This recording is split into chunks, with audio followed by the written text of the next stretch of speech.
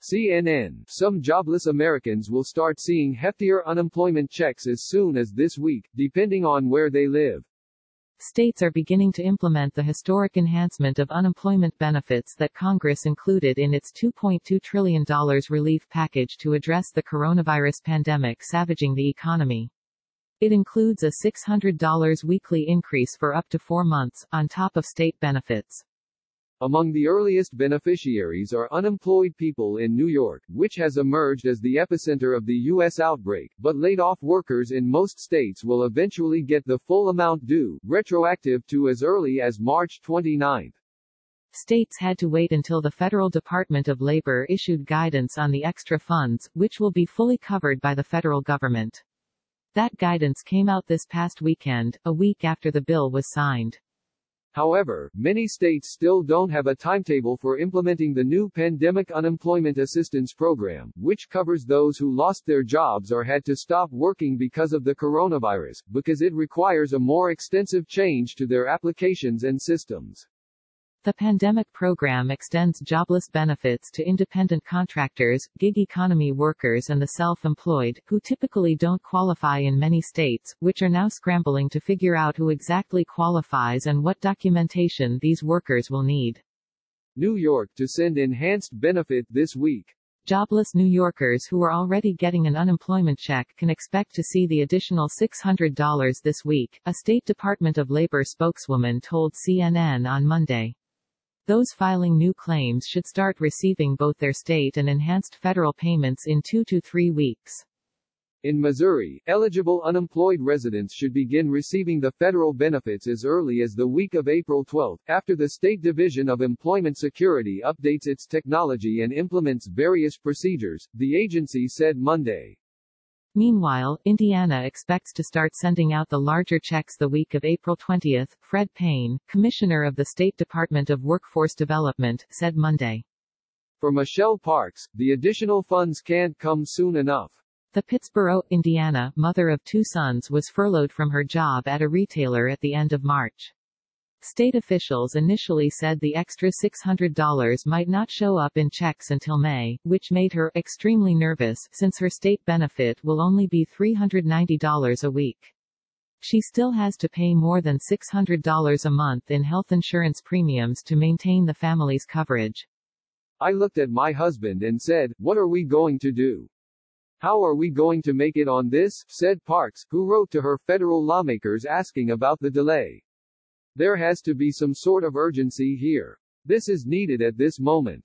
Parks, who said she was able to file her initial claim online fairly easily at the end of March, was happy to hear Monday that she'll receive the federal benefits in about 2 weeks. April 20 feels like a win in this book, she said. It's better than May. Other states, including Ohio, Oregon and Texas, are still working on the process to send out the extra federal money, agency officials said. Some states will provide a single larger weekly check, while others may opt to send the state and federal benefits separately. Payments will be retroactive. The rollout comes at a time when states are overwhelmed by an unprecedented crush of people filing for first-time benefits as companies large and small lay off and furlough workers amid the pandemic. Nearly 10 million Americans submitted initial claims in the last 2 weeks of March. But countless more were unable to get through to their state unemployment agencies and complete their applications. But those who haven't been able to file their initial claims yet shouldn't lose out. The federal enhancement will be paid retroactively to claims filed starting March 29 in most, if not all, states.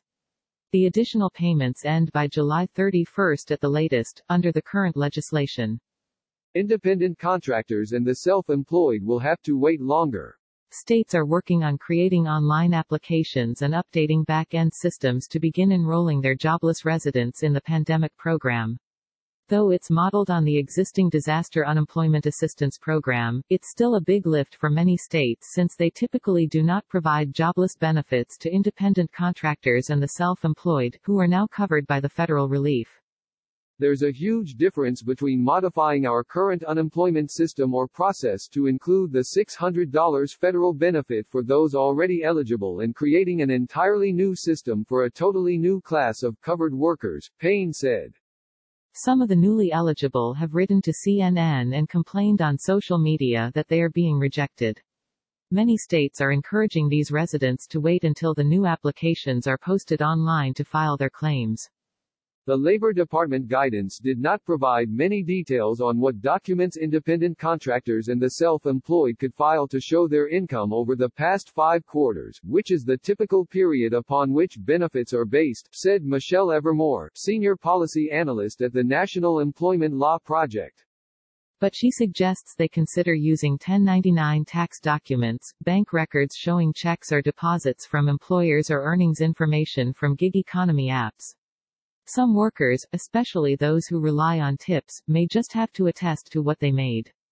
Also, some of these freelancers and contractors who saw their jobs or income affected by the coronavirus may have to attest as to why they had to stop working.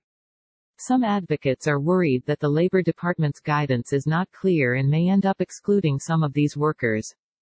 For instance, the guidance provides an example of a ride-sharing driver who is unable to continue working because a state or municipality is restricting movement through an emergency order. Also, the document lists someone who has had a positive coronavirus test as an example of who might qualify. The fear among advocates is that those who don't meet these specific criteria may wind up excluded in some states. I'm concerned that some states are going to interpret this narrowly, said Evermore, who hopes additional information is issued. Also, some feel the guidance requires too much documentation during a national emergency. Most importantly, the guidance forces workers to wade through significant red tape to prove their eligibility, which will inevitably prevent workers from receiving assistance they desperately need and should qualify for, said Senator Ron Wyden, an Oregon Democrat. The Department of Labor did not return requests for comment.